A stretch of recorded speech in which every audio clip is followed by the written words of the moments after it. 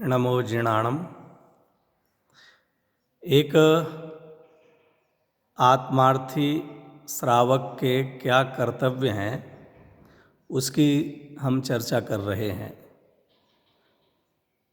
भाषा शैली शास्त्रीय ना होकर के हम आम जन की भाषा में बात कर रहे हैं कि प्रत्येक प्राणी का अधिकार है कि वह ज्ञान और आनंदमय जीवन जिए, चाहता भी है कि वह सुखमय जीवन जिए। इसीलिए शास्त्रकारों ने कहा है, जे त्रिभुवन में जीव अनंत, सुख चाहें दुख तें भयवंत।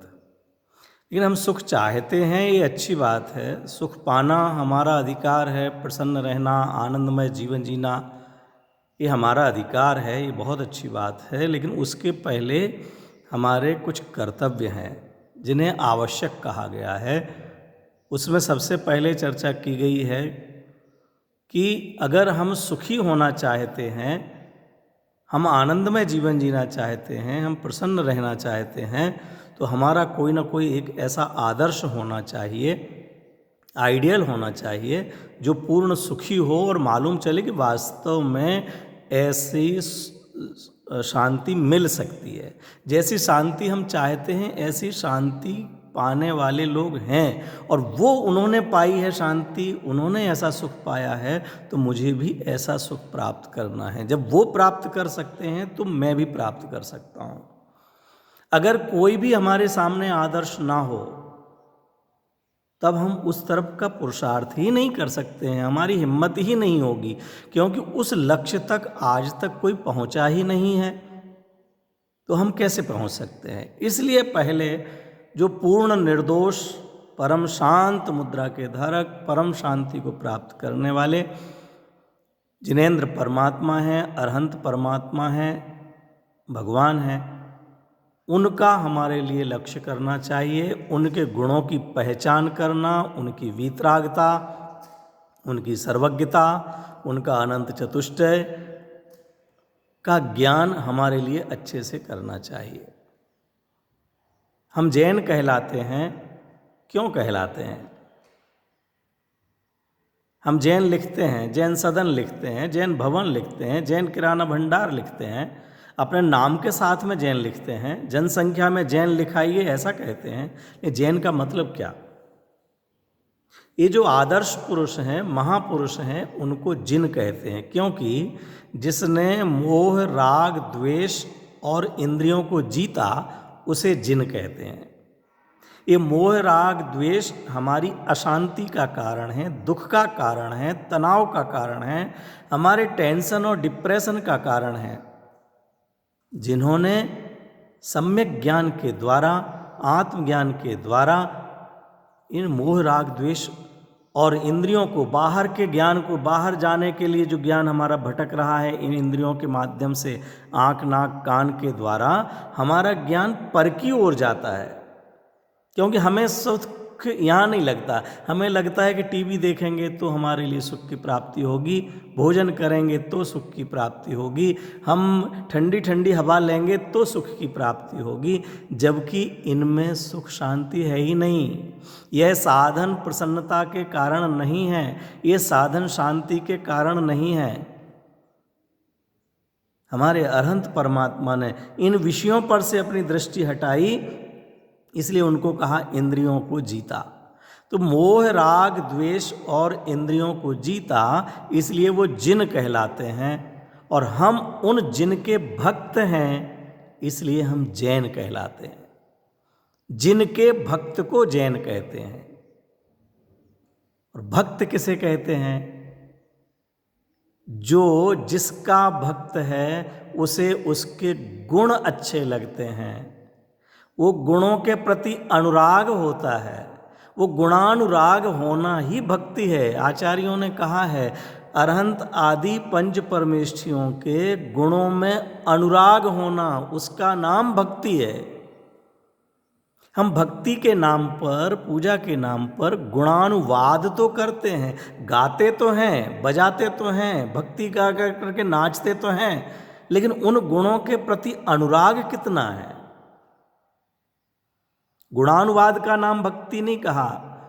भक्ति करने वाले को या जिसके हृदय में भक्ति है वह गुणानुवाद भी करता है, लेकिन गुणानुवाद मात्र भक्ति नहीं है। गुणानुराग, गुणों, वो गुण अच्छे लगना। आप और हम विचार करें कि क्या हमें अरहंत परमेष्ठी के, सिद्ध परमेष्ठी के, आचार्य परमेष्ठी के, उपाध्याय साधु परमेष्ठी के गुण अच्छे लगते हैं? क्या हम उन जैसा बनना चाहते हैं? अच्छे लगने का मतलब क्या? आपको इस समय इस अवसर पर आम अच्छा लगता है तो आप आम लाना चाहते हैं। अंगूर अच्छे लगते हैं तो बाजार से किसी भी कीमत पर अंगूर लाना चाहते हैं। अभी इस कोरोना की बीमारी में आप स्वस्थ रहना चाहते हैं तो सरकार कहती है बाहर नहीं जाओगे तो स्वस्थ रहोगे। हम बाहर नहीं जाते हैं। सरकार ने कहा, डॉक्टर ने कहा किसी से हाथ नहीं मिलाना, हम हाथ नहीं मिलाते हैं। इसका मतलब हमें जो पसंद है, जो हम चाहते हैं वैसा ही करते हैं, जो नहीं करना चाहिए वो नहीं करते हैं। हमें पंच परमेष्ठी अच्छे लगते हैं, उनके गुणों का हम गायन करते हैं, हम बहुत उत्साह के साथ गाते हैं और गाना चाहिए कि मैं महापुण्य उदय से जिन धर्म पा गया, मैंने महान पुण्य के उदय से जिन धर्म पाया है। हमारे लिए अरहंत, सिद्ध, आचार्य, उपाध्याय, साधु, वीतरागता की पोषक जिनवाणी मिली, लेकिन क्या हम उसका सदुपयोग कर रहे हैं? क्या हमें वो उनके गुण अच्छे लगते हैं? क्या हमें उनके गुणों के प्रति प्रीति है? हमारा दूसरा कर्तव्य इसी से जुड़ा हुआ गुरु उपासना कहा है। देव पूजा, गुरु की उपासना। वहाँ उपासना का अर्थ भी यही है कि उन गुरुओं के गुणों को चाहना। हमारे गुरु पूर्ण अपरिग्रही हैं, हम पूर्ण अपरिग्रही ना हों, लेकिन क्या हमारा कुछ परिग्रह थोड़ा हमारे पास मर्यादित करने के भी भाव आते हैं?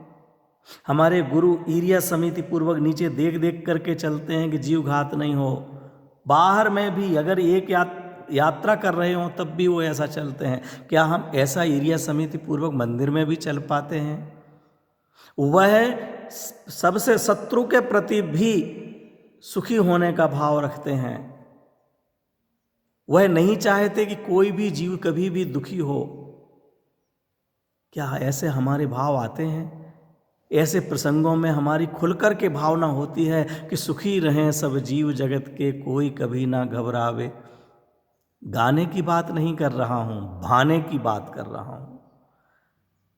ये हमारी भावनाएं ऐसी उत्पन्न होती हैं, ये हमारा कर्तव्य है। देव पूजा, गुरु उपासना, देव और गुरु के गुणों के प्रति प्रीति होना, और वो प्रीति होने के लिए आवश्यक है कि उन गुणों का परिचय होना। वो भगवान की वीतरागता, हमें भगवान का जो गुण नहीं है कर्तापन, उसको मान करके हम भगवान की पूजा करते हैं। भगवान हमारा व्यापार चलाएंगे, भगवान हमें सुखी रखेंगे, भगवान हमें परीक्षा में पास कराएंगे, भगवान हमारे पारिवारिक और सामाजिक झगड़े निपटाएंगे, भगवान हमें चुनाव में जिताएंगे। ये उनका गुण नहीं है। हम अपरिचित हैं अभी भगवान से। भगवान के सामने आकर के भी सामने खड़े हुए हैं, उनको देख रहे हैं, लेकिन हमारा परिचय नहीं हो पा रहा। उनका परिचय वीतरागता से। धन्य प्रभो, आप शत्रुओं के प्रति भी जो आपके ऊपर उपसर्ग करने वाले, मुनिराज के ऊपर उपसर्ग हो, भगवान के ऊपर तो उपसर्ग नहीं होता, लेकिन जिन पार्श्वनाथ मुनिराज पर उपसर्ग हुआ, उन्होंने संवर नामक देव को भी शाप नहीं दिया। धर्मेंद्र और पद्मावती वो भक्त बन करके आए, रक्षा का भाव उन्होंने किया, क्रिया उन्होंने की, उनके लिए अलग से आशीर्वाद नहीं दिया। धन्य है जो कमठ के जीव पर और धर्मेंद्र पद्मावती के जीव पर समता का भाव रखते हैं उन्हीं अवस्था में। उसके बाद तो वो केवल ज्ञान प्राप्त करके पार्श्वनाथ भगवान अरहंत हो गए, पूर्ण वीतरागी हो गए, अनंत सुखी हो गए, अनंत वैभव संपन्न हो गए। उन अनंत वैभव संपन्न पार्श्वनाथ भगवान को हम लौकिक कार्यों का कर्ता मानते हैं, व्यापार धंधे का कर्ता मानते हैं, शत्रुओं का विजेता मानते हैं। ये हम उनका सच्चा स्वरूप नहीं जानते, ये हम उनके गुणों का अनुराग नहीं कर रहे हैं, बल्कि उनके गुणों पर दोष लगा रहे हैं। ये हम श्रावक हैं, हमारा सबसे पहला कर्तव्य है कि हम पंच परमेष्ठियों के गुणों का स्वरूप जानकर उनके गुणों को के प्रति प्रीति करें। ये गुण मुझ में कब प्रकट होंगे, मेरे जीवन में ऐसी वितरागता कब आएगी, ऐसी अहिंसा, ऐसा सत्य, अचौर्य, ब्रह्मचर्य मेरे जीवन में भी आवे। जैसे हमारे मुनिराजों के जीवन में ये ब्रह्मचर्य है, अप्सराएं उनके सम्मुख आ जाएं लेकिन जो चलायमान नहीं होते हैं, शत्रु उपसर्ग करने के लिए आ जाएं लेकिन क्रोध में नेत्र नहीं उठाते हैं, और चक्रवर्ती जैसे वंदना करने आ जाएं तो उनको सेल्फी लिवाने का भाव नहीं आता है, फोटो लिवाने का भाव नहीं आता है। धन्य हैं ऐसे पंच परमेष्ठी भगवंतों के हम भक्त हैं। भक्त बने तो हमारा सच्चा नाम जैन सार्थक होगा। ये हमारा कर्तव्य है, मैं कर्तव्य की बात कर रहा हूँ।